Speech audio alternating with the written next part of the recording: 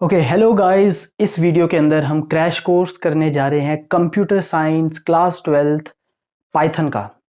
हम इसके अंदर तीन चीज़ें पढ़ेंगे, इसी सीरीज में पढ़ेंगे और सबको इसी सीरीज में पढ़नी भी चाहिए। वो है सबसे पहले क्लास 11th का revision tour.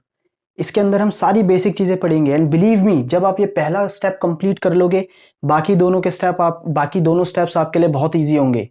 Now second step is function and library. बहुत ही छोटा चैप्टर है और कुछ ही क्वेश्चन इससे आते हैं, but it is still important. Indirect question इससे ज़्यादा आते हैं। थर्ड, फाइल हैंडलिंग जो है काफ़ी इंपॉर्टेंट है, 12th क्लास में इंट्रोड्यूस हुआ है। अगेन, अगर ये दोनों आपको अच्छे से आते हैं तो फाइल हैंडलिंग आपको और अच्छे से आएगी। तो इसी ऑर्डर में हम इसे करेंगे। So without wasting any further time, let's start our crash course. तो आपको पता होगा कि क्लास 11th में हमने प्रोग्रामिंग लैंग्वेज पढ़ा है जिसका नाम पाइथन है। But what is program? Set of instructions जो आप कंप्यूटर को देते हो और फिर कंप्यूटर उसे फॉलो करता है अच्छे बच्चों की तरह, वही प्रोग्राम है। इसके बाद पाइथन आपको पता है हम पढ़ने जा रहे हैं। और भी प्रोग्रामिंग लैंग्वेजेस हो सकता है आपने सुनी हो, जैसे पहले तो सी प्लस प्लस कराई जाती थी, सी लैंग्वेज भी हो सकता है आपने सुना हो, जावा भी एक लैंग्वेज होती है। सिमिलरली पाइथन एक बहुत ही इंटरेस्टिंग, बहुत ही अच्छी एंड बहुत ही ईजी टू अंडरस्टैंड लैंग्वेज है। ईजी टू अंडरस्टैंड, इसीलिए आपको ये कराई जा रही है।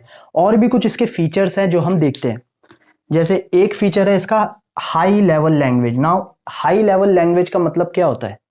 तो देखो, दो तरीके की लैंग्वेजेस हो सकती हैं, low level language and high level language.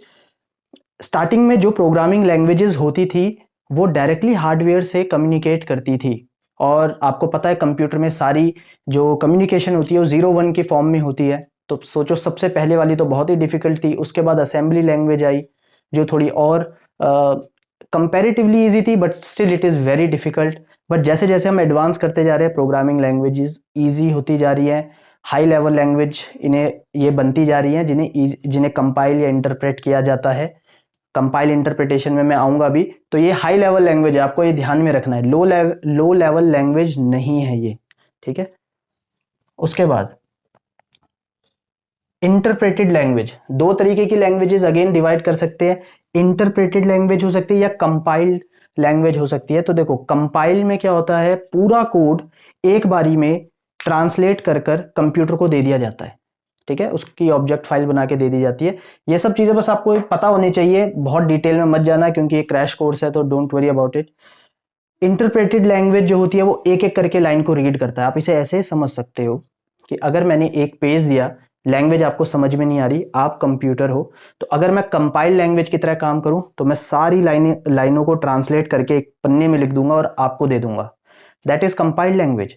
Interpreted language ये होगी कि मैंने पेज पकड़ा है, एक लाइन को ट्रांसलेट करके आपको बताऊंगा, आप बोलोगे अच्छा ठीक है, फिर मैं दूसरी लाइन को ट्रांसलेट करके आपको बताऊंगा। इस तरीके से मैं पूरा कोड पढ़ के बताऊंगा, देन इट इज मतलब तब ये इंटरप्रेटेड लैंग्वेज की तरह काम कर रही होगी। इजी टू अंडरस्टैंड हम ऑलरेडी बता चुके हैं, काफी इजी है, डोंट वरी, आपका पूरा क्रैश कोर्स भी बहुत इजीली वो हो जाएगा। केस सेंसिटिव का मतलब क्या है? यहाँ पे केस का मतलब है upper case lower case. Alphabets आप लिखते हो ना, जैसे ये अपर केस हो गया, ये लोअर केस हो गया। तो पाइथन इज केस सेंसिटिव। इसका मतलब ये है कि अगर मैं लिखता हूं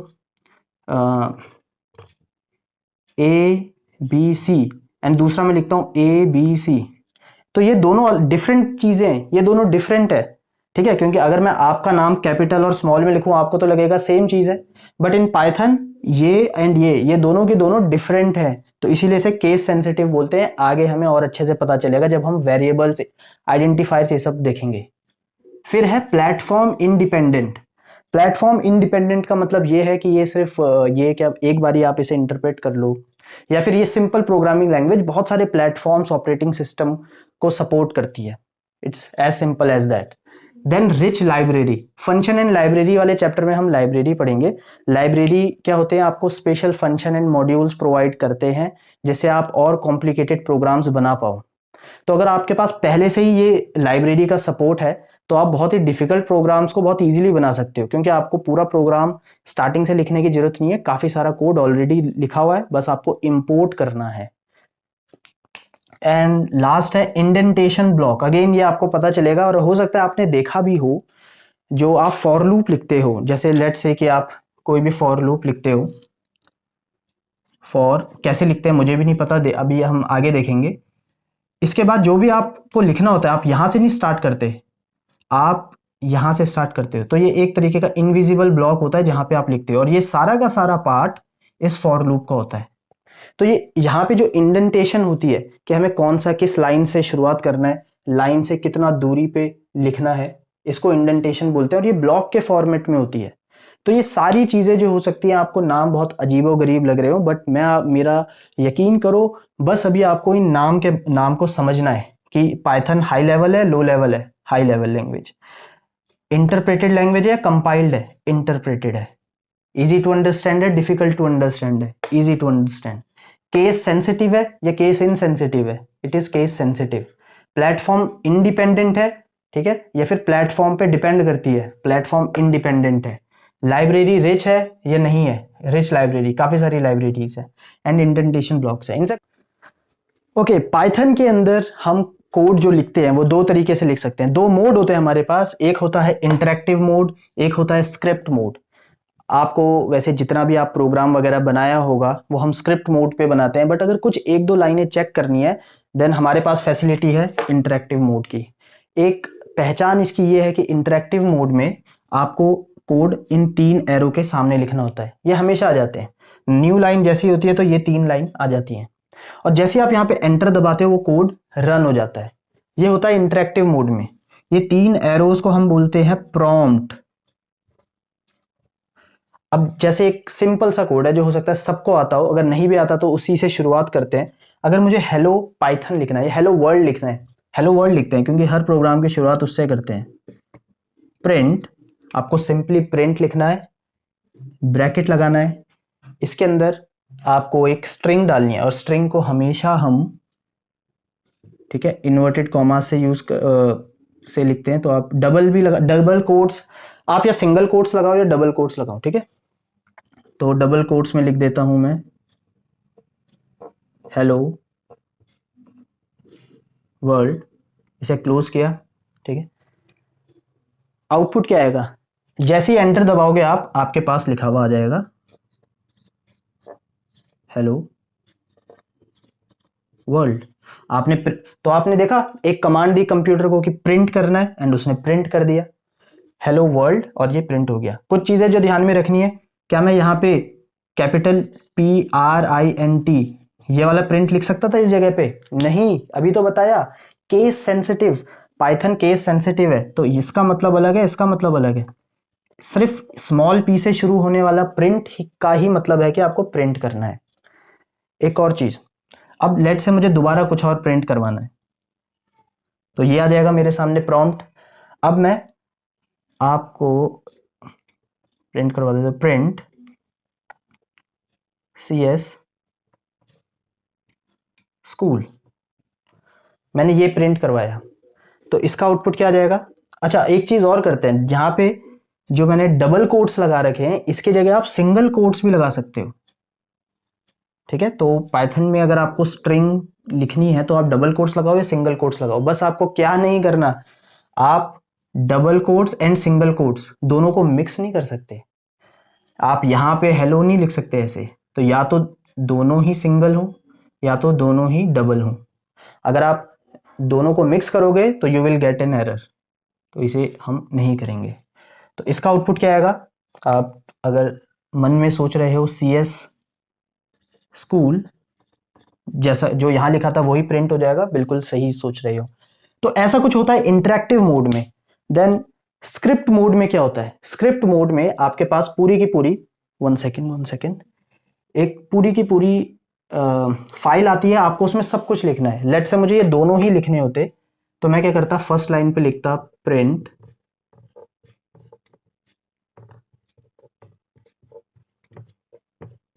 हेलो वर्ल्ड। मैं यहाँ पे सिंगल कोट्स पे लिख रहा हूं क्योंकि हमें पता है सिंगल कोट्स पे लिखो या डबल कोट्स में लिखो एक ही बात है। अगेन एक और लाइन लिख रहा हूं, प्रिंट, oops, अपने चैनल का नाम ही भूल गया था, CS स्कूल। एंटर करेंगे, फाइल सेव होगी, ये इस फाइल को सेव करेंगे, फाइल का नाम देंगे, और उसके बाद जब आप एंटर करोगे तो ये सारी लाइनें एक साथ आपको आउटपुट में दिखाई देंगी। तो आपका जो आउटपुट होगा, आउटपुट आपको इंटरेक्टिव मोड में दिखाई देगा, ठीक है, आउटपुट आपको इंटरेक्टिव मोड में दिखाई देगा ऐसे, और फिर इसी के ही आगे आपको आउटपुट दिखाई दे जाएगा। वो तो मैं आउटपुट डायरेक्टली लिखता हूँ, इतनी डिटेल्स की वैसे जरूरत नहीं है आपको, बट फिर भी इसका जो आउटपुट आएगा वो आएगा simply hello world and CS school. ये तो script mode and interactive mode में क्या डिफरेंस है आपको अच्छे से समझ में आ चुका है। कुछ चीजें दोबारा मैं आपको बता देता हूं जो हमने इसमें सीखी, कि प्रिंट कमांड से चीजें प्रिंट हो जाती हैं। प्रिंट में आपको सब कुछ स्मॉल में रखना है, अगर आप कैपिटल में रखोगे तो काम नहीं करेगा, because Python is case sensitive. यहां पे आपको क्या लिखना है, यहां पे आपको कोई ना कोई स्ट्रिंग लिखनी है। स्ट्रिंग को आप या तो सिंगल कोट्स या डबल कोट्स से बता सकते हो, ठीक है। एंड आई थिंक इतना ही काफी है। ओके, वेरिएबल्स के बारे में पढ़ते हैं। विदाउट वेरिएबल्स तो प्रोग्राम कोई हो ही नहीं सकता। वेरिएबल आपकी जो मेमोरी होती है, जहाँ पे आपका कोड स्टोर होता है, उसके अंदर कोई वैल्यू को स्टोर करने की जगह होती है, और उसी मेमोरी लोकेशन का जो नाम होता है उसी को हम वेरिएबल्स बोलते हैं। हम पाइथन लैंग्वेज में या किसी भी प्रोग्रामिंग लैंग्वेजेस में दो चीज़ों को नाम देते हैं। तो फंक्शंस को अपनी मर्जी से नाम देते हैं क्योंकि हम ही उन्हें क्रिएट कर रहे होते हैं, या फिर हम वेरिएबल्स को नाम दे रहे होते हैं, उन्हें हम खुद क्रिएट कर रहे होते हैं।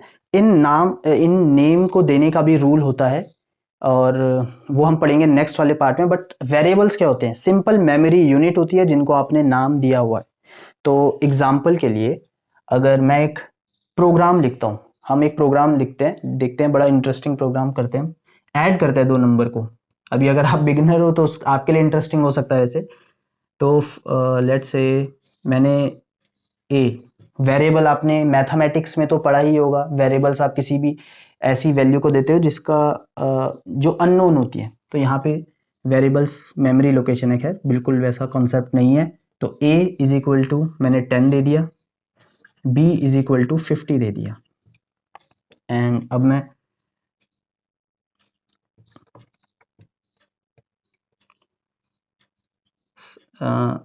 वन सेकेंड c एक वेरिएबल बनाता हूँ और इसमें कर देता हूँ a प्लस बी। ऑपरेटर्स के बारे में हम आगे पढ़ेंगे, बट ऐसे ऐड हो जाता है, अगर आप बिल्कुल ही नहीं हो तो ऐसे ऐड हो जाता है।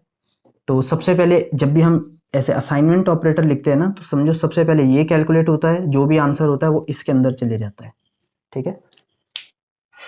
तो आई होप इतनी बेसिक चीज तो पता होगी आपको।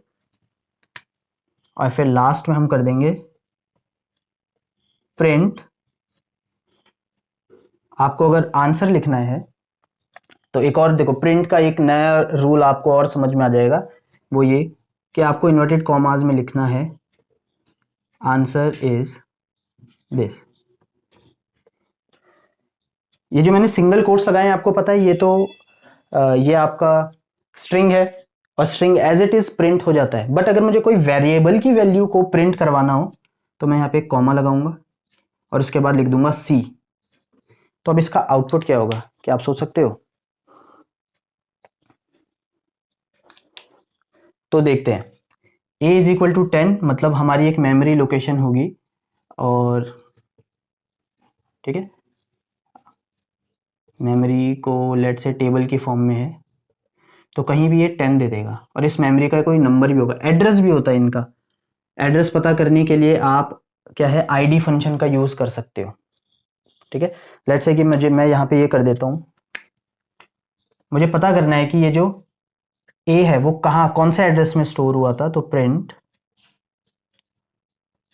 आप कर दोगे ID, ये कोई भी वो फंक्शन होता है जिसमें यहाँ पे कुछ भी नाम हो और ये ऐसे लगा हो, दिस इज फंक्शन। जब हम फंक्शन पढ़ेंगे तो और डिटेल में आपको पता चलेगा। तो ID और यहाँ पे आप वेरिएबल का नाम लिख दो, तो मैंने यहाँ पे a लिख दिया, तो मुझे कोई ये एक एड्रेस दे देगा, ठीक है। तो लेट्स से कि ये जो है 1234001 ये इस एड्रेस में स्टोर था, ठीक है। सिमिलरली 50 कोई भी मेमोरी में जाएगा 50, और इसे भी कोई एक एड्रेस मिल जाएगा, ठीक है। तो देखो, हम बार बार एड्रेस तो याद रख नहीं सकते, इसीलिए ये नाम देते हैं हम। तो आप इसे याद रख सकते हो, ये A है, ये B है, एंड ये सी होगा और यहाँ पे स्टोर हो जाएगा दोनों का सम 60। तो ये 3 लाइन पता चल गई। ए आपको पता है, ए स्टोर हुआ, बी यहाँ पे स्टोर हुआ, C is equal to A plus B हुआ, मतलब 60 हुआ, फिर उसे उन्होंने सी में डाल दिया। सी की लोकेशन ये है। ये लोकेशन हम डिसाइड नहीं करते, ये रैंडमली मिल जाती है कहीं भी। अब आउटपुट देखते हैं कि यहाँ से आउटपुट क्या आएगा। प्रिंट आंसर इज ये। तो देखो, जो भी आपका कोट्स के अंदर होता है उसे हम बोलते हैं, उसे स्ट्रिंग बोलते हैं और वो डायरेक्टली आ जाता है। आंसर इज क्या है, सी की वैल्यू 60, तो ये 60 आ जाएगा। वेरिएबल को अगर आप सोचो, अगर आप वेरिएबल को ऐसे लिखते इधर, ये भी आप यहां पे लिख देते, तो वो सी को वेरिएबल नहीं समझता, वो सी को डायरेक्ट सब प्रिंट कर देता। आंसर इज ये, एंड सी डायरेक्ट प्रिंट कर देता, सी की वैल्यू प्रिंट नहीं करता। तो वो करने के लिए आपको जो है, जो आपको डायरेक्टली, जो आपको पूरा प्रिंट करना है एग्जैक्टली वो प्रिंट करना है, वो स्ट्रिंग के अंदर वेरिएबल प्रिंट करना है तो कॉमा के बाद आप लिख दोगे। ठीक है, ये प्रिंट में होता है। एंड ये सेकंड वाला क्या करता है, मैंने बताया आपको एड्रेस बता देगा, प्रिंट IDA। तो यहाँ पे जैसे मैंने कोई स्ट्रिंग तो नहीं दी, IDA दिया है, तो जो भी इसका एड्रेस होगा वो प्रिंट कर देगा, 1 2 3 4 0 0 1 जो भी होगा। ठीक है, तो ये था वेरिएबल। तो मैंने भी आपको बताया कि वेरिएबल्स क्या होती है, मेमोरी यूनिट होती है जहां पे आप अपने वैल्यूज को स्टोर कर सकते हो। क्या वैल्यूज हमेशा इंटीजर होंगी? नो। हम जब डेटा टाइप पढ़ेंगे तो देखेंगे कि वैल्यूज बहुत सारी डिफरेंट तरीके की हो सकती हैं। एंड हमने एक देखा सिंपल प्लस ऑपरेटर कैसे काम करता है, ऐसी माइनस डिवाइड ये भी ऑपरेटर काम करते हैं। अगेन ऑपरेटर वाले चैप्टर में आपको और सारी चीजें पता चलेंगी। प्रिंट कैसे करता है, प्रिंट के बारे में भी एक नई इन्फॉर्मेशन हमें पता चली है। धीरे धीरे हम जब प्रोग्राम करेंगे तो प्रिंट के बारे में और बड़े खुलासे होते जाएंगे कि प्रिंट कैसे काम करता है। एंड देन ID फंक्शन के बारे में पढ़ा, जो हमें उस वेरिएबल का एड्रेस बता देता है। ठीक है, और एक सिंपल सा प्रोग्राम हमने देखा है। अब हम चलते हैं कि वेरिएबल्स को नाम देने के, वेरिएबल्स या फंक्शन को नेमिंग करने के क्या रूल्स होते हैं। किसी सैंपल पेपर में मैंने क्वेश्चन देखा था, उसके अंदर पूछा था कि आइडेंटिफायर क्या होता है। तो जो हमारे हाथ में है, जो हम नेम देते हैं वेरिएबल या फंक्शन को, उसी को आइडेंटिफायर बोलते हैं। ठीक है, तो अभी हमने पीछे वाले प्रोग्राम में जो आपने देखा था ABC, जो हमने ये नाम दिए थे वेरिएबल्स को, ये आइडेंटिफायर थे। बट हम इस आइडेंटिफायर के कुछ रूल्स होते हैं जो हमें फॉलो करने पड़ते हैं, तो उन्हें देखते हैं। सबसे पहला rule, no keyword. Now what is keyword? Keyword क्या होता है? तो कीवर्ड सिंपली रिजर्व्ड वर्ड्स होते हैं। हो सकता है आपको अभी भी समझ में ना आया हो, बट मुझे लिखने दो इसे, रिजर्व्ड वर्ड्स। देखो, कुछ वर्ड्स ऐसे हैं पाइथन लैंग्वेज में जिनका ऑलरेडी स्पेशल फंक्शन है, ऑलरेडी उनका काम डिसाइडेड है और हम उसे वो यूज करते आ रहे हैं। अब अगर हम उसको एज अ वेरिएबल यूज कर लेंगे तो कंफ्यूजन हो जाएगी। अभी आपको मैं बताता हूं, जैसे प्रिंट, आपको पता है प्रिंट का यूज क्या है, बट अगर मैं ये कर दूं प्रिंट इक्वल टू 10, तो हमारा प्रोग्रामिंग जो इंटरप्रेटर है वो कंफ्यूज हो जाएगा कि ये प्रिंट वेरिएबल है या फिर ये एक स्पेशल वर्ड है जिसका मतलब है कि कुछ भी चीज को आप प्रिंट कर दो। तो यहां से आप क्या करोगे, तो क्या है कि हम कीवर्ड को यूज नहीं कर सकते। तो सिंपली रूल ये बन गया कि कीवर्ड जो है वो हम नहीं दे सकते, कीवर्ड आप यूज नहीं कर सकते, इस बात को आप ध्यान में रखना। तो आप जो भी देखोगे आगे आने वाले, जैसे फॉर हो गया, इफ हो गया, एलिफ हो गया, ये सारे जो स्पेशल वर्ड्स है इनको आप एज अ कीवर्ड यूज नहीं कर सकते। जैसे जैसे प्रोग्रामिंग लैंग्वेज में, पाइथन में हम आगे बढ़ेंगे, आपकी कीवर्ड की नॉलेज और बढ़ती रहेगी। तो बस अभी आपको ये जान के रखना है कि जो रिजर्व्ड वर्ड्स होते हैं इनको आप यूज नहीं कर सकते एज अ वेरिएबल और as a function name. Second, no digit in the beginning. Starting में कोई डिजिट नहीं हो सकता। अगर मैं बोलूं कि चलो मेरा एक वेरिएबल है 1ABC और इसके अंदर वैल्यू गई 10, ठीक है, ये एकदम गलत है क्योंकि 1ABC नहीं लिख सकता, स्टार्टिंग में नंबर आपने दे दिया। सिमिलरली आप 1 2 वेरिएबल नहीं बना सकते। आपने चलो A बना दिया बट इसके आगे आपने 2 लिख दिया, 2A, ये भी आप नहीं कर सकते। तो उस बिगनिंग में डिजिट नहीं हो सकता।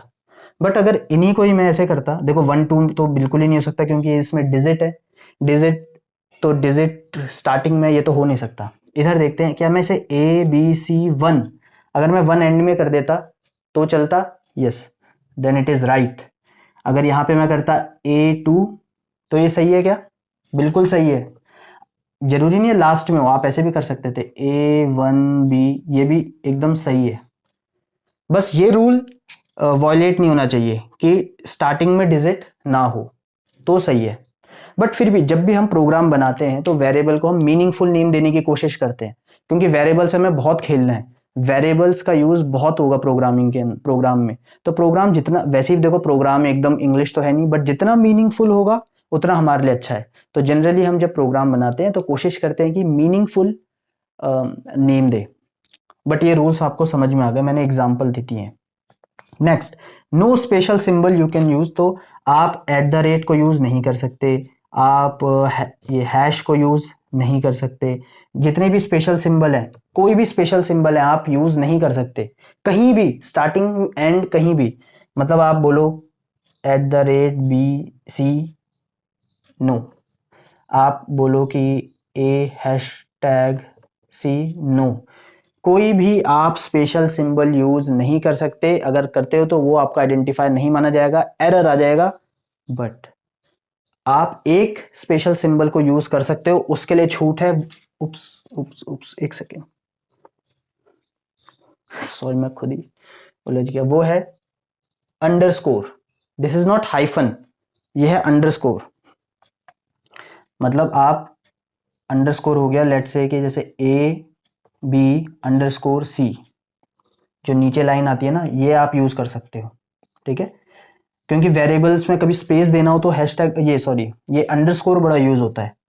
जैसे सब्जेक्ट _1, ऐसे सब्जेक्ट 1 के लिए आप ऐसे दे सकते हो, क्योंकि स्पेस भी एक स्पेशल सिंबल है। स्पेस भी स्पेशल सिंबल है, तो वो भी आप यूज नहीं कर सकते, तो ये यूज कर सकते हैं। इनफैक्ट ये अंडरस्कोर को हम पहले भी यूज कर सकते हैं, _ABC, ये भी वैलिड है, ठीक है। तो बस आपका ये जो अंडरस्कोर है, दिस इज वैलिड, बाकी स्पेशल सिंबल वैलिड नहीं है। अब कुछ और बातें देखते हैं वेरिएबल और फंक्शन नेम के लिए। एनी लेंथ, लेंथ कुछ भी हो सकती है, बट अगेन क्यों फालतू में पंगा ले रहे हो? ऐसा नेम लो जो आप यूज कर पाओ बार बार, जो मीनिंगफुल हो। बट वैसे लेंथ में कोई लिमिट नहीं होती, आप कितना भी लंबा छोटा वेरिएबल नेम लिख सकते हो। ओके, और क्या चीज बची है इसके अंदर? आई थिंक ऑलमोस्ट सब चीज कवर हो चुकी है। ऑलराइट, अब आगे ही पढ़ते हैं। हम वेरिएबल्स के बारे में पढ़ चुके हैं। वेरिएबल्स एक मेमोरी यूनिट है या कंटेनर है जिसके अंदर वैल्यूज़ को स्टोर करते हैं। मैंने आपको इंटीजर टाइप की वैल्यू को स्टोर करके उसमें दिखाया था। अब हम ये देखेंगे कि इसमें और किस किस तरीके की वैल्यूज़ को हम स्टोर कर सकते हैं। तो इनको हम बेसिकली डेटा टाइप्स बोलते हैं, किस किस तरीके का डेटा एक वेरिएबल के अंदर आ सकता है। तो इसे समझने के लिए सबसे पहले इंटीजर्स, हमें पता है इंटीजर्स क्या है। तो अगर कोई भी वेरिएबल है a, उसके अंदर आप वैल्यू डाल सकते हो 1, -20, इस तरीके से कोई भी आप इंटीजर वैल्यू दे सकते हो किसी वेरिएबल को। फ्लोटिंग पॉइंट, इसका मतलब होता है कि आप वैल्यू दे रहे हो वेरिएबल को पॉइंट्स वाली, जैसे 3.14, -5.6, इस टाइप से। कॉम्प्लेक्स नंबर, ये आपको ज़्यादा यूज़ करने को तो नहीं मिलेगी, बट इसे आप ऐसे दे सकते हो 2 + 3i। कुछ कुछ वर्जन में या कुछ कुछ कंप्यूटर में i की जगह j भी यूज़ होता है, ठीक है। तो मतलब एक आपका नॉर्मल होगा और एक आपका j या i के साथ होगा, जो कि एक इमेजिनरी नंबर होता है। जनरली हम यूज़ करते हैं i, बट कंप्यूटर में j भी यूज़ होता है कई जगहों पे।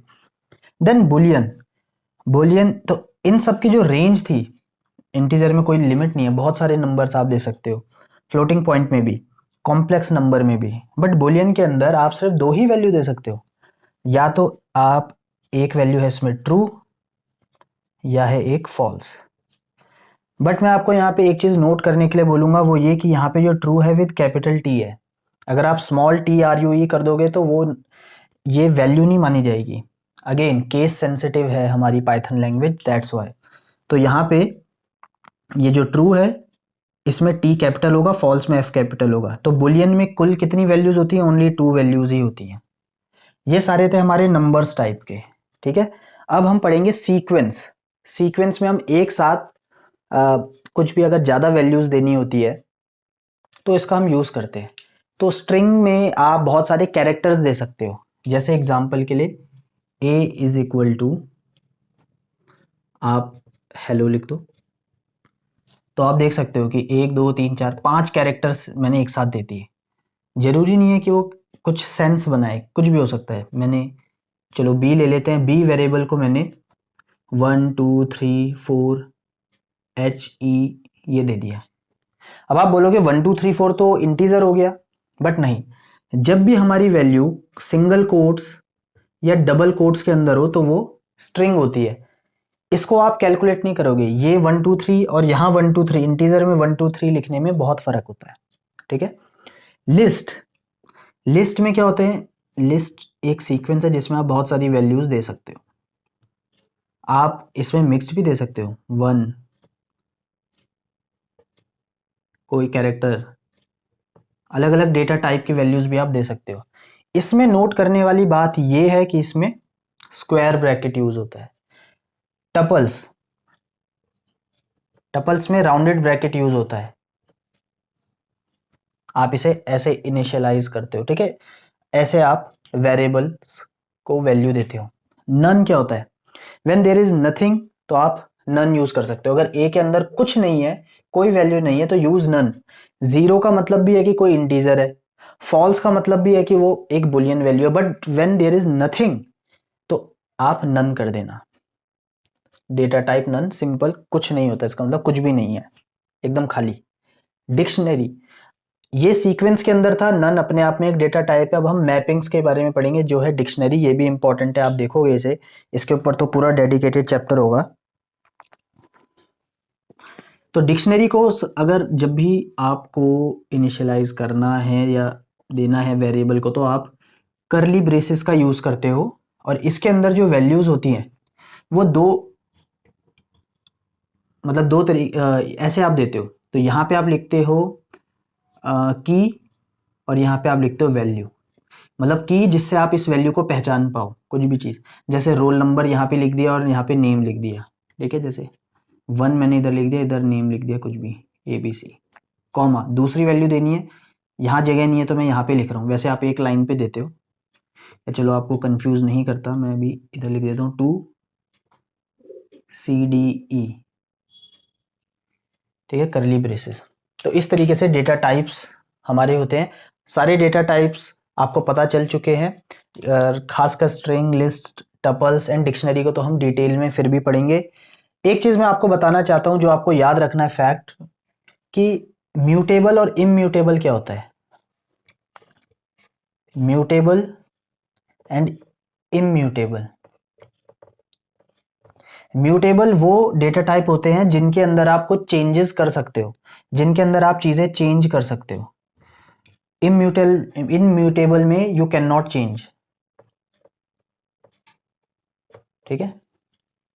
तो जितने भी, अगर आपसे कभी भी ये पूछा जाए म्यूटेबल एंड इम्यूटेबल, तो आपको ये ध्यान में रखना है कि हमारे सिर्फ दो ही डेटा टाइप हैं जो म्यूटेबल हैं, वो हैं आपके लिस्ट एंड डिक्शनरी। इसीलिए मैंने इनके आगे स्टार लगाया, ठीक है। लिस्ट एंड डिक्शनरी ही वो डेटा टाइप है जो म्यूटेबल है। इसके अलावा जितने भी हैं वो सारे इम्यूटेबल है, जिन्हें आप चेंज नहीं कर सकते। ठीक, वेरिएबल्स हमने पढ़ लिए थे। वेरिएबल्स पे हम ऑपरेशन परफॉर्म कर सकते हैं। बहुत ही सारी तरीके के हमारे पास ऑपरेटर्स होंगे। तो सबसे पहले हम पढ़ेंगे अरिथमेटिक ऑपरेटर्स। अरिथमेटिक ऑपरेटर के अंदर ये सारे साइन आते हैं, प्लस, माइनस, ये डिवीजन का होता है, मल्टीप्लिकेशन ये होता है आपके क्वोशिएंट के लिए, ठीक है। ये आपका बताता है रिमाइंडर, डिवाइड करके जो भी रिमाइंडर आएगा वो, ये क्वोशिएंट, और ये पावर के लिए यूज होता है, ठीक है। तो ये सारे एग्जांपल्स अगर आप कर लोगे तो आपका सारा ये क्लियर हो जाएगा। तो इनको करते हैं। पहले आप वेरिएबल्स देख लो कि ए के अंदर 12 वैल्यू है, बी के अंदर 6 है, सी के अंदर ABC है, एक स्ट्रिंग है, डी के अंदर DE है। तो ये भी ध्यान देना। तो मैंने यहाँ पे किया a + 5, तो a की वैल्यू 12 है, 5 आपका हो गया 7, 5 प्लस हो के आंसर आएगा इसका 17। ठीक है, मैं बगल में आंसर लिख रहा हूँ। a minus be simply minus कर देगा, a माइनस बी 6 आंसर आ जाएगा। ये डिवाइडेड बाय ये, तो आपको पता है a की वैल्यू 12 है, ये डिवाइड हो जाएगा, b की वैल्यू क्या है 6, तो आंसर आ जाएगा 2। सिंपल, a 12 है मल्टीप्लाई 6 होगा ये, तो आंसर क्या आ जाएगा 72।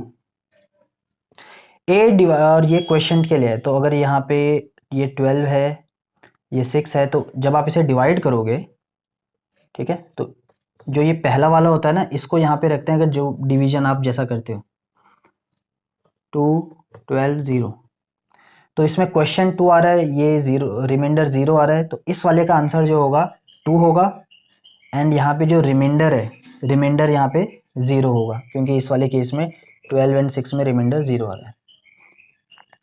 एंड दिस पावर वाले में क्या होता है कि ये जब भी इसे आप करते हो तो a की पावर भी जो पहले लिखते हो वो बेस में दूसरा वाला एक्सपोनेंट पे जाता है, तो यहाँ पर ये 12 है तो 12 की पावर 6 बहुत बड़ा सा आंसर आएगा। तो जो भी इसका आंसर होगा आपको पता चल जाएगा। कंप्यूटर में ऐसा लिखा हुआ नहीं आएगा, कंप्यूटर में जो आप इसे पाइथन में करोगे जो आपका आउटपुट आएगा उसमें कोई बड़ा सा नंबर आएगा। ठीक है, अगर लेट से मैं इसे 2 और ये कर देता यहाँ पे 2 या फिर 3 कर देता, तो मेरा आंसर आ जाता है इसका 8, क्योंकि 2 की पावर 3 इज 8। अब कुछ इंटरेस्टिंग जो क्वेश्चन है उन्हें देखते हैं, जैसे C plus D, what is C? A B C, ये तो एक स्ट्रिंग है, ए बी सी, डी है आपका डी ई, तो ये प्लस ऑपरेटर सिर्फ इंटीजर्स और फ्लोट के साथ भी एक, मैंने यहाँ पे फ्लोट वैल्यू नहीं लिए, फ्लोट के साथ भी ये काम कर लेगा और हमें आइडिया काम कर भी लेता है, बट ये स्ट्रिंग के साथ भी काम करता है, ये इसकी स्पेशल बात है। तो इसका आउटपुट आएगा स्ट्रिंग में ही ए बी सी डी ई। यहां मैंने पूछा c इंटू 2, तो मल्टीप्लीकेशन भी काम करता है किसके साथ? स्ट्रिंग के साथ। तो ए बी सी, अगर आप ए बी सी को मल्टीप्लाई करोगे 2 से, तो बस आपका जो आउटपुट आएगा वो होगा ए बी सी 2 बार। एंड ये लास्ट क्वेश्चन, इसका आंसर क्या होगा? जब मैं क्लास में सबसे पहली बार ये पूछता हूं तो ज़्यादातर बच्चे इसका आंसर 7 बताते हैं, बट इसका आंसर 7 नहीं होगा, इसका आंसर होगा एक स्ट्रिंग जिसमें लिखा होगा 52, क्योंकि इसे आप कैरेक्टर की तरह देखो, नंबर्स इंटीजर्स की तरह मत देखो।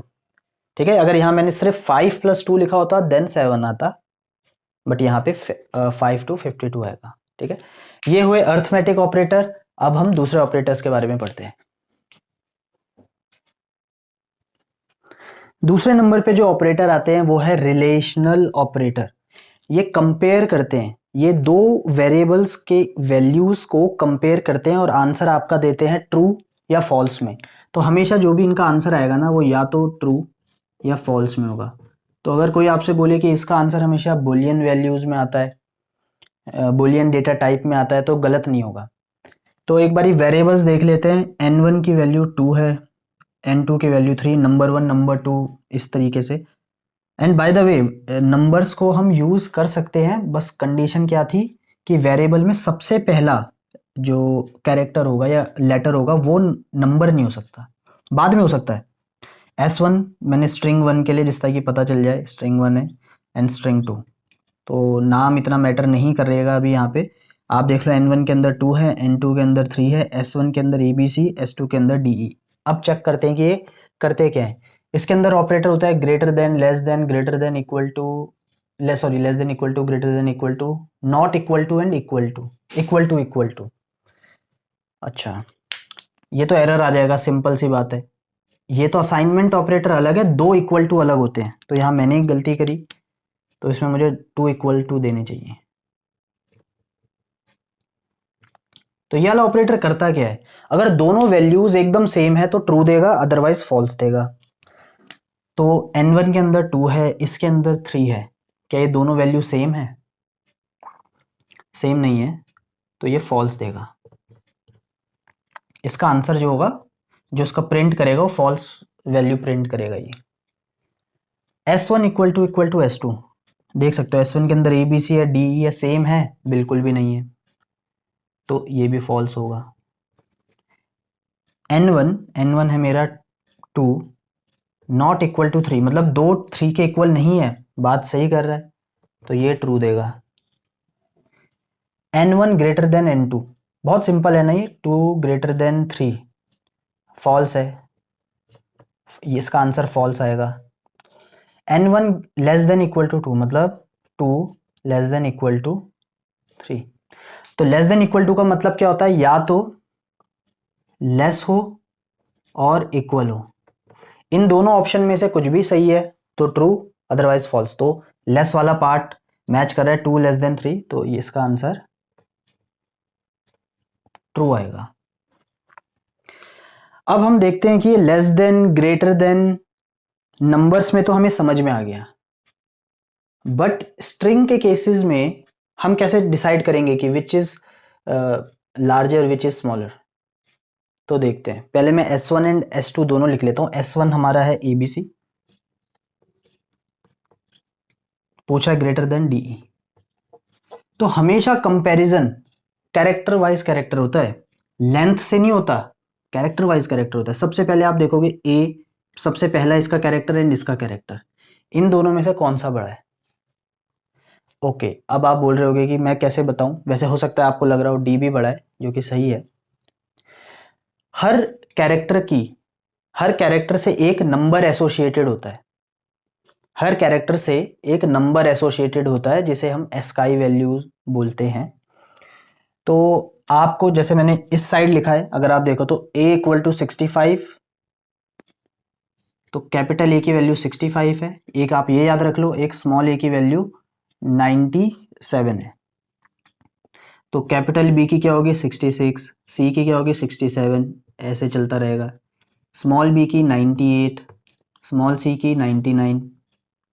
ठीक है, वैसे तो अगर सिर्फ स्मॉल स्मॉल ही दे रखे हैं जैसे यहाँ पे, तो आप कॉमन सेंस से भी लगा सकते हो कि a के तो बाद ही d आएगा, d का नंबर बड़ा ही होगा। तो यहाँ पे a एंड d में ग्रेटर क्या है ये, बट मैं तो बोल रहा हूँ यहाँ पे साइन पे कि ये वाला ग्रेटर है, तो इसका आंसर फॉल्स आ जाएगा। ठीक है, कुछ और एग्जांपल्स मैं आपको बताता हूँ यहाँ पे। जैसे अगर मैं आपसे पूछूं कि ABC and greater than AB and capital C, तो कौन इसमें बड़ा होगा। तो देखेगा ये और ये तो बराबर है, दोनों इक्वल है। जब भी ये ऐसी सिचुएशन आएगी तो वो एक अगले स्टेप में चेक करेगा, फिर देखेगा स्मॉल बी ये भी बराबर है। अब ये देखेगा small C and capital C, small C and capital C में वैल्यू किसकी बड़ी है, स्मॉल सी की, और यहां भी ग्रेटर वाला साइन उसी की तरफ लगा है, तो इसका आंसर क्या आएगा, इसका आंसर ट्रू होगा। ठीक है, तो इतनी बात। नेक्स्ट है असाइनमेंट ऑपरेटर। असाइनमेंट ऑपरेटर मैंने एक बार, ये आपने सुना होगा जब मैंने बोला था कि ये एक असाइनमेंट ऑपरेटर है। ये करता क्या है, लेफ्ट साइड की वैल्यू को राइट साइड को असाइन कर देता है, उसे सौंप देता है। तो जनरली यहाँ पे हमारी वैल्यू होती है या फिर कोई ना कोई कैलकुलेशन ऑपरेटर होता है, और राइट साइड में हमारा वेरिएबल होता है, उसको ये दे देता है। ठीक है, बट इसके अंदर कुछ बहुत अजीब से दिखने वाले भी ऑपरेटर्स है। मैं सब नहीं बताऊंगा आपको, मैं एक बताऊंगा, सारे समझ में आ जाएंगे, क्योंकि सारे फिर बिल्कुल वैसे ही बिहेव करते हैं जैसे आपके अरिथमेटिक ऑपरेटर है। तो आपको एक चीज ध्यान देनी है, यहाँ पे n1 की वैल्यू 2 दे रखी है। अब मैं आपसे पूछ रहा हूं कि ये क्या है, क्या यहाँ पे असाइनमेंट ऑपरेटर लगा है, ये देखो plus and equal to, plus and equal to, इसको तो हम सोच भी नहीं पा रहे कि ये क्या होगा। तो जब भी आपका इस तरीके का असाइनमेंट ऑपरेटर हो, आपको उधर बगल में लिख लेना है या समझ लेना है कि इसका मतलब है कि प्लस है ना बीच में, और यहां पे जो दो वैल्यू इन्हें प्लस कर दो, n1 प्लस 2, और ये वैल्यू असाइन कर दो किसको, n1 को ही। ये बात, इतनी बात समझ में आ गई। अगर कभी आपको मैं बोलूं कि n2 मल्टीप्लाई इक्वल टू 2, तो क्या करना है आपको, जो भी दो वैल्यूज है इन्हें उठा के ये वाला ऑपरेटर लगाना है, n2 मल्टीप्लाई 2, और इसे किसे दे देना है, n2 को ही। ठीक है, अब देखते हैं, अगर आपको ये समझ में आ गया तो ये ऑपरेटर सारे उसी तरीके से होंगे। तो बताओ कि ये जो पूरा का पूरा लिखा है, कंप्यूटर इसे ऐसे देखता है, आपका पाइथन इसे ऐसे देखता है। तो अब आप देखो कि सबसे पहले हमेशा लेफ्ट हैंड साइड को कैलकुलेट करेंगे। ये n1 की वैल्यू पहले हमारी क्या थी, 2 थी, तो 2 + 2 4, ये 4 वैल्यू n1 में चले जाएगी। तो अब n1 की वैल्यू 4 हो चुकी है, तो प्रिंट कर देंगे n1, तो आंसर जो आएगा आपका 4 आ जाएगा। ठीक है, तो ये था आपका असाइनमेंट ऑपरेटर। अब दूसरे ऑपरेटर की तरफ चलते हैं। अब लास्ट में 3 तरीके के ऑपरेटर्स बचे हैं। पहला करते हैं हम लॉजिकल ऑपरेटर। लॉजिकल ऑपरेटर बूल वैल्यू मतलब बूलियन वैल्यू के साथ ही यूज होता है। तो इसमें क्या चीज है कि एंड का क्या कॉन्सेप्ट है कि अगर ट्रू एंड ट्रू आपसे पूछे, अगर कोई बोले प्रिंट ट्रू एंड ट्रू, तो ये क्या प्रिंट करेगा, ट्रू। बट कोई आपसे पूछे ट्रू एंड फॉल्स, तो ये क्या करेगा, फॉल्स। तो एंड में क्या है कि अगर एक भी फॉल्स हुआ तो फॉल्स आंसर आएगा, अगर एक और अगर दोनों ट्रू हैं तो ट्रू आएगा। अगर फॉल्स एंड फॉल्स आपसे पूछ लिया जाए तो भी फॉल्स आएगा। ये होता है एंड के साथ। और के साथ क्या होता है, और में अगर एक भी ट्रू है, और के अंदर एक भी ट्रू है तो आपका आंसर ट्रू आता है। ठीक है, तो आप ऐसे समझ सकते हो एंड काफी स्ट्रिक्ट होता है, अगर एक भी फॉल्स हुआ तो पूरा फॉल्स कर देगा। ठीक है, अगर आपका पेपर एंड चेक कर रहा है तो एक भी गलत हो तो पूरा पेपर गलत, आप ऐसे समझ लो। और जो होता है थोड़ा लीनियंट होता है, एक भी सही तो पूरा सही कर देगा। तो अगर यहीं पे मैं ट्रू और ट्रू कर देता तो ट्रू ही आता, इसमें तो कोई भी डाउट ही नहीं था। अगर मैं ट्रू और फॉल्स कर देता तो ट्रू तो भी ट्रू आता। बट हाँ, अगर दोनों फॉल्स होंगे, तो नहीं कि तो भी ट्रू दे दे, तो भी ये फॉल्स ही देगा।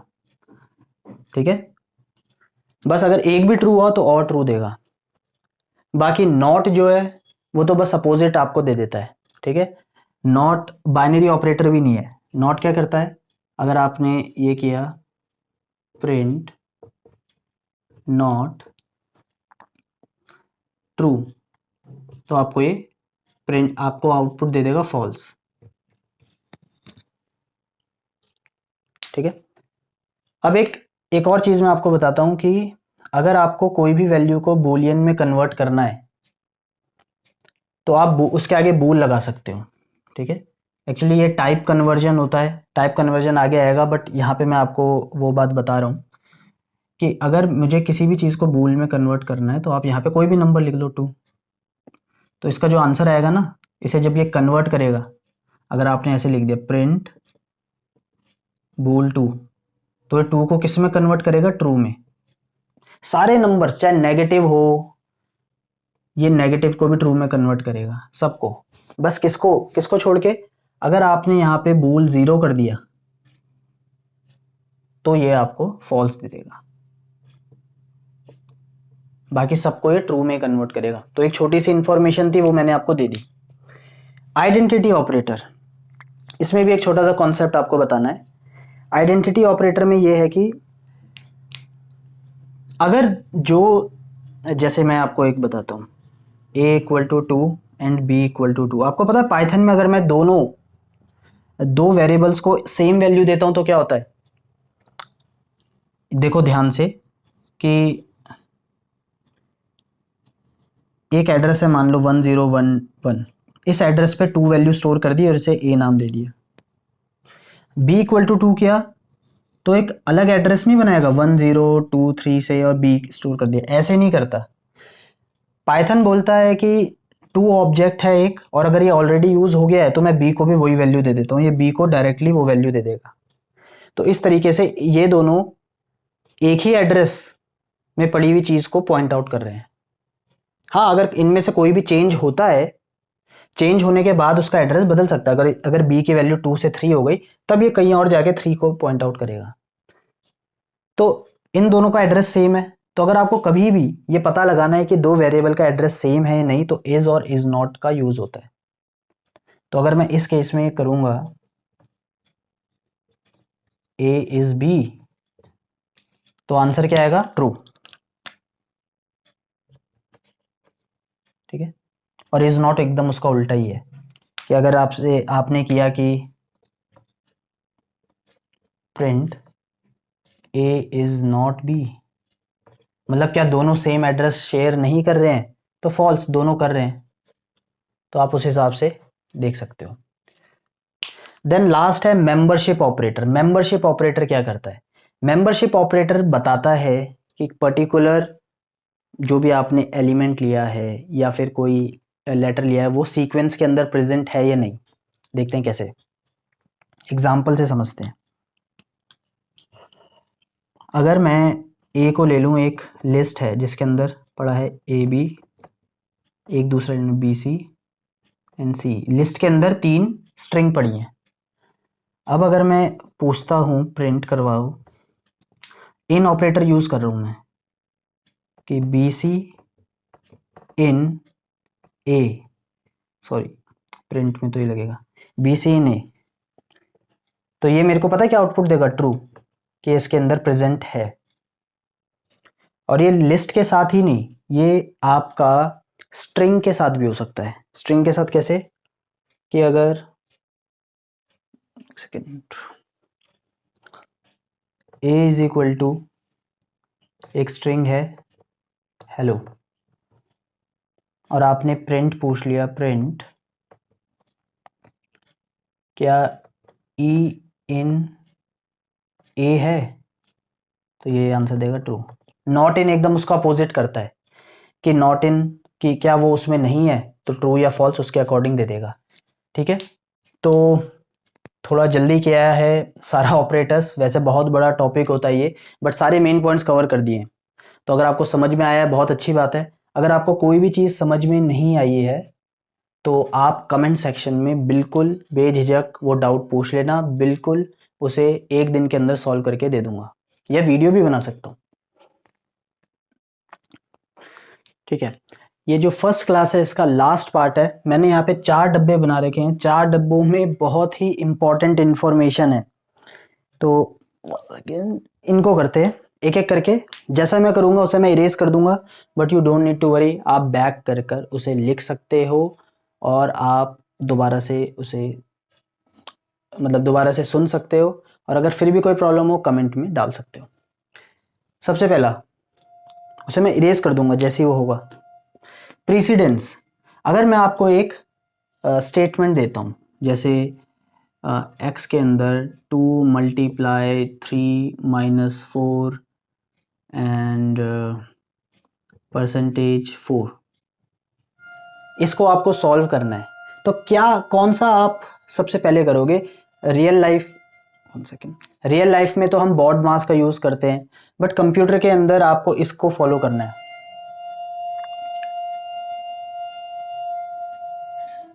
सबसे फर्स्ट प्रायोरिटी इसकी है, पावर की। सेकंड प्रायोरिटी इन सब की है। थर्ड प्रायोरिटी इनकी है।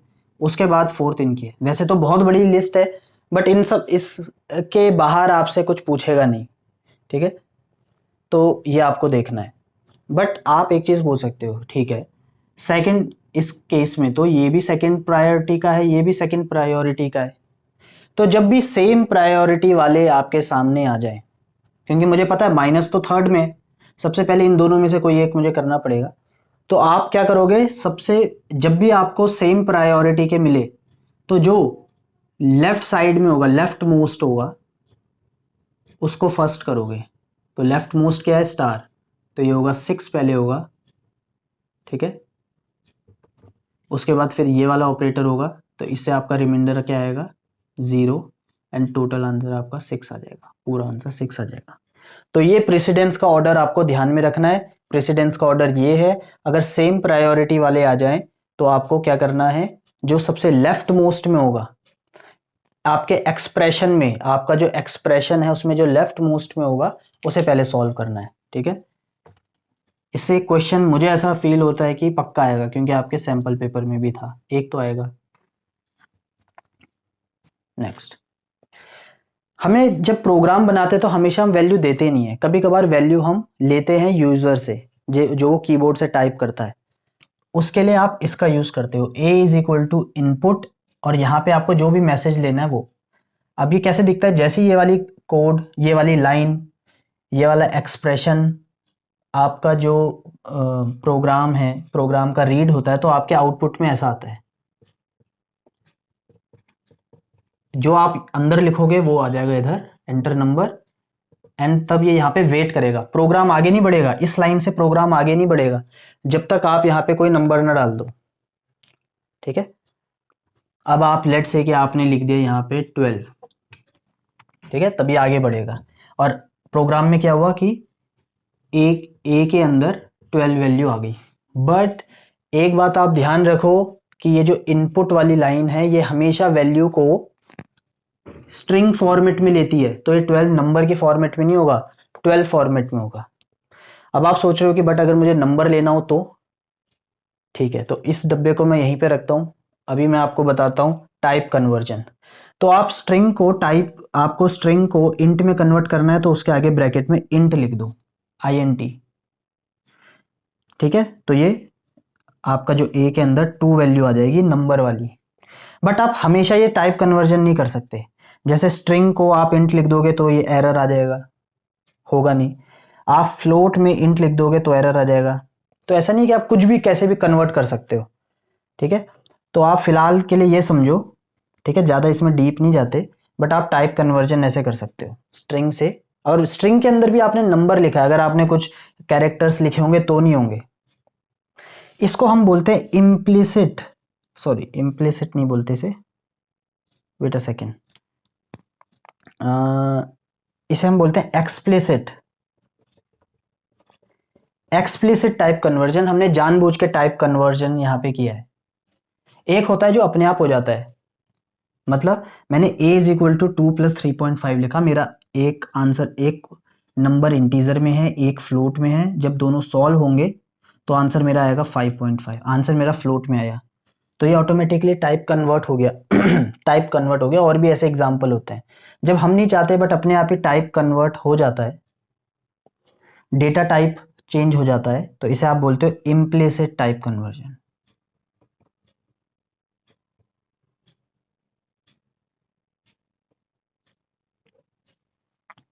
तो अगर मुझे यहाँ पे नंबर 12 एज अ इंटीजर चाहिए होता तो मैं क्या करता, बस यहाँ पे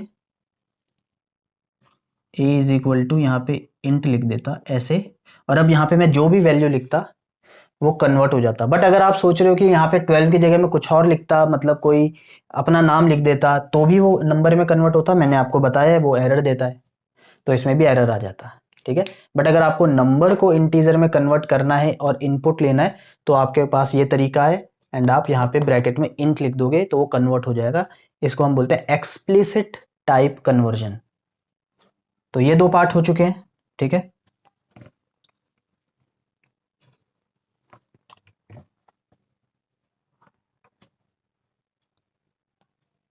ओके, अब ये देखते हैं। अभी तक हम प्रिंट स्टेटमेंट देखते आ रहे थे। अगर मैं प्रिंट में कुछ भी लिख देता था, प्रिंट कोई भी स्ट्रिंग मैंने लिख दी तो वो स्ट्रिंग प्रिंट हो जाती थी।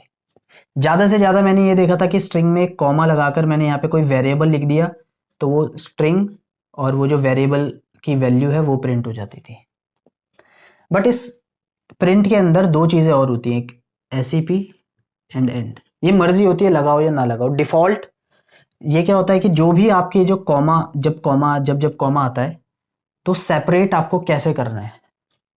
डिफ़ॉल्ट यहाँ पे होता है स्पेस, तो इसलिए जब भी कॉमा आता है एक स्पेस देकर कॉमा के बाद वाली चीज़ वो प्रिंट कर देता है। एक होता है एंड, कि एकदम एंड में क्या चीज़ आएगी। यहाँ पे एक ब्लैंक स्ट्रिंग होती है, एम्प्टी स्ट्रिंग होती है कि कुछ भी नहीं होता। सॉरी, यहाँ पे एंड में स्लैश एन होता है, मतलब नेक्स्ट अपने आप नेक्स्ट लाइन पे आ जाती है। इसीलिए अगर मैं कभी ये कर दूं, अगर मैं आपसे आउटपुट पूछूं इसका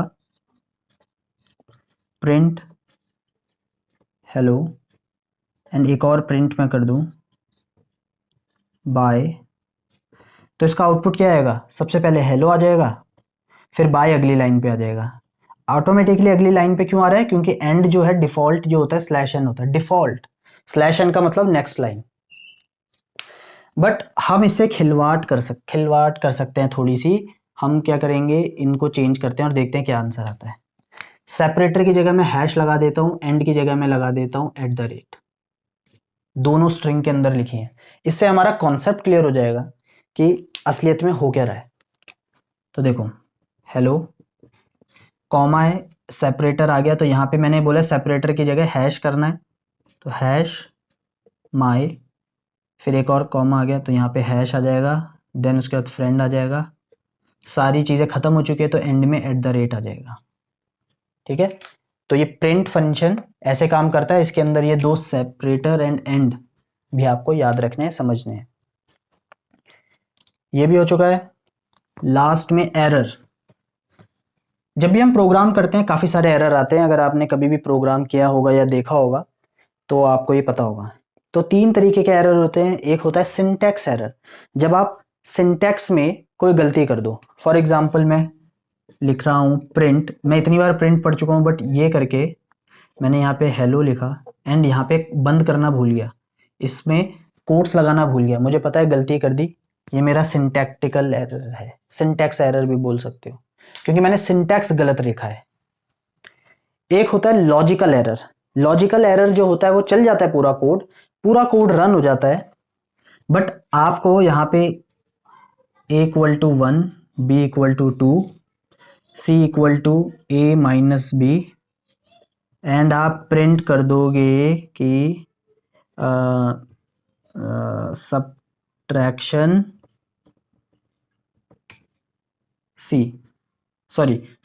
सी कर दिया तो मेरा सही हो जाएगा। मैंने यहाँ पे कर दिया एडिशन। ये कोड पूरा चल जाएगा, आउटपुट आएगा, इसका आउटपुट आएगा एडिशन एंड सी की वैल्यू आ जाएगी यहाँ पे -1। क्या ये ऐड हुआ है? नहीं, मैंने यहाँ पे लॉजिकल एरर कर दिया, मेरा कॉन्सेप्ट गलत हो गया। मुझे प्लस लगाना था, मैंने माइनस लगा दिया। तो लॉजिकल एरर जो होता है वो चल जाता है पूरा, बट हमारे लॉजिक में गलती होती है, तो ये लॉजिकल एरर हो गया। Run time error. Run time error क्या होता है, आपका पूरा सही होता है run time error, but while running, जब प्रोग्राम रन कर रहा होता है तो ऐसी कुछ प्रॉब्लम्स होती हैं कि आपका कोड बीच में ही रुक जाता है। ठीक है, अब इसके अंदर बहुत सारे टाइप्स होते हैं जो आपको आगे पता चलेंगे, फाइल हैंडलिंग में पता चलेंगे, कि जैसे आपने फाइल को रीड मोड में खोल दिया एंड फाइल एग्जिस्ट ही नहीं करती तो रन टाइम एरर आएगा। जब प्रोग्राम आपका जब कंपाइल होगा, इंटरप्रेट होगा, तो आपको वो तो सोचेगा ठीक है भाई इसने फाइल का नाम दिया है वो फाइल होगी, बट असलियत में वो फाइल नहीं थी, तो ऐसे में रन टाइम एरर आता है। ठीक है, तो ये भी बेसिक्स एरर के मैंने बता दिए, और ये फर्स्ट क्लास ओवर हो चुकी है। अब हम सेकंड क्लास में मिलते हैं जिसमें हम बहुत ही interesting for loop and if else के बारे में पढ़ेंगे। Thank you very much.